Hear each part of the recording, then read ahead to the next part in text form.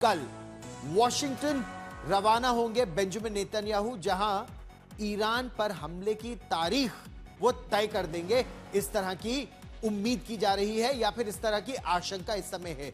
इस बीच अमेरिका और ईरान में जो जुबानी जंग है वो और तेज हो गई है। अगले दौर की बातचीत 1 से 2 दिन में होने वाली है, लेकिन उससे पहले अमेरिका ने ईरान से दो टूक कहा है कि इस बार वो कोई ठोस मुद्दा लेकर आए, केवल हवा में बातचीत ना हो।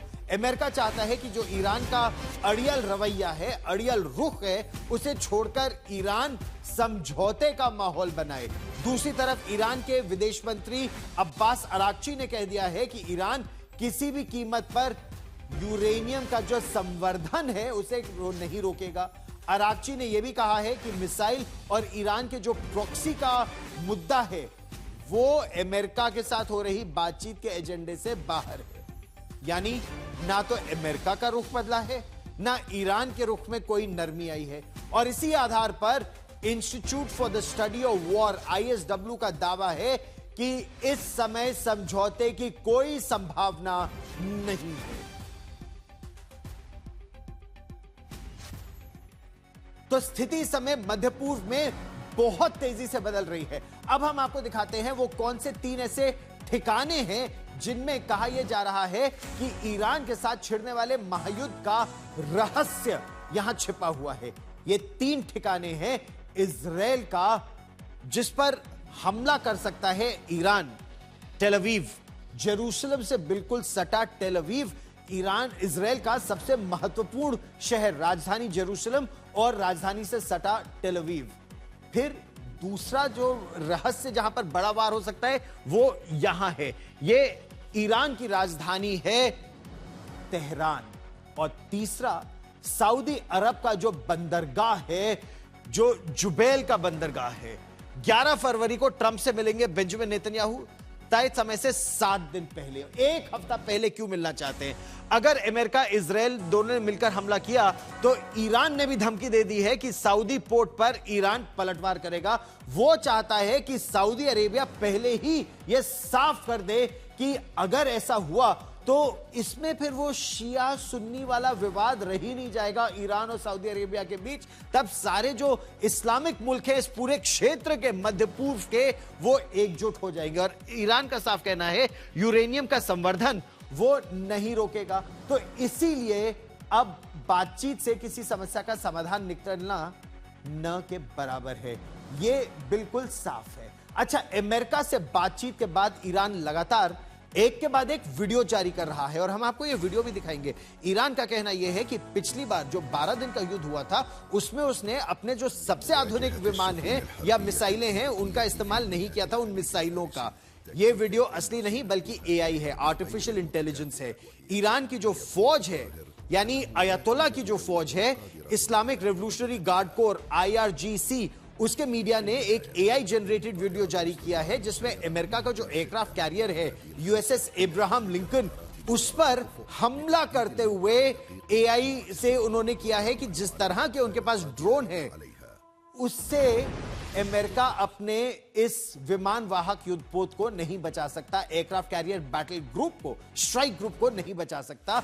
जिस तरह की मिसाइलें एक के बाद एक, hypersonic missile, ballistic missile, cruise missile, अत्याधुनिक मिसाइल, जो आवाज की गति से 10 से 15 गुना तेज उड़ने वाली मिसाइल हैं, उनको कोई अमेरिका की मिसाइलें नहीं रोक पाएंगी, ना ही इजराइल की। कल यानी 8 फरवरी को जो AI वीडियो जारी किया है, कंटेंट पुराने AI वीडियो का ही एक एक्सटेंडेड रीपैकेज्ड वर्जन है। ईरान के जो स्पेशल फोर्सेस हैं यानी उनके जो कमांडोज हैं वो तेजी से अमेरिका के एयरक्राफ्ट कैरियर के डेक पर दौड़ते हुए आगे बढ़ रहे हैं। हकीकत यह है कि उसके पास फटकना भी, क्योंकि ऐसा एक एनवलप, एक सुरक्षा का घेरा बना देता है अमेरिका अपने विमान वाहक युद्धपोत के आसपास, क्योंकि उसके साथ साथ कई क्रूजर्स जिनमें क्रूज मिसाइल्स भी हैं, बैलिस्टिक मिसाइल्स भी हैं, टोमाहॉक मिसाइल्स भी हैं, डिस्ट्रॉयर्स, फ्रिगेट्स, पनडुब्बियां, विमान वाहक जहाज, टोही विमान, ये सब उसके साथ उड़ते हैं। 3 फरवरी को ईरान के ड्रोन ने कोशिश तो की थी, लेकिन अमेरिका के F-35 ने उस ड्रोन को मार गिराया था। अमेरिका का जो विमान वाहक कैरियर स्ट्राइक ग्रुप है, उसके पास F-35 भी है, उसके पास एक बहुत उम्दा एयर डिफेंस सिस्टम भी है, उसकी अपनी ये जो एयरक्राफ्ट कैरियर है वो खुद न्यूक्लियर पावर्ड एयरक्राफ्ट कैरियर है, जबकि उसके साथ साथ जो पनडुब्बियां चलती हैं वो भी एक न्यूक्लियर पावर्ड अटैक सबमरीन है। उसका इस समय ये पूरा जो जंगी बेड़ा है ये अरब सागर में है। इसको बहुत समय नहीं लगेगा एक बार फिर स्ट्रेट ऑफ हॉर्मूज में पहुंचकर हमला करने के लिए।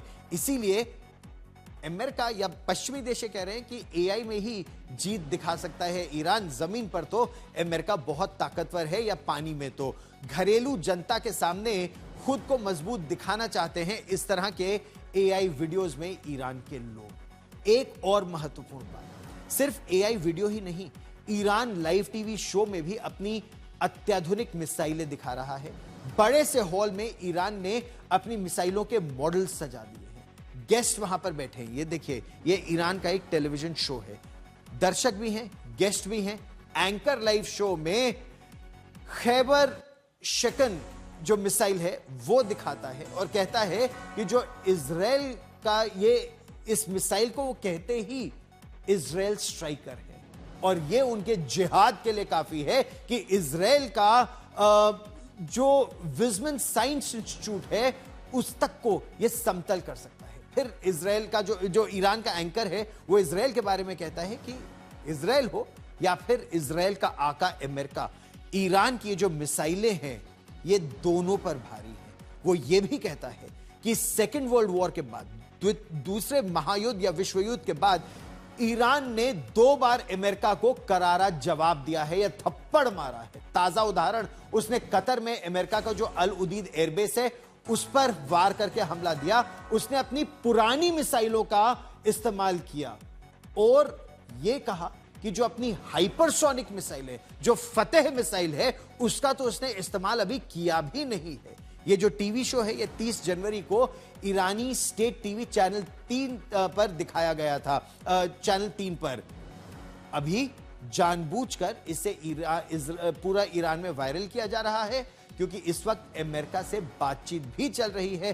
तो ईरान यह संकेत देना चाहता है कि वो घबराया नहीं है, डरा नहीं है, बैकफुट पर नहीं है।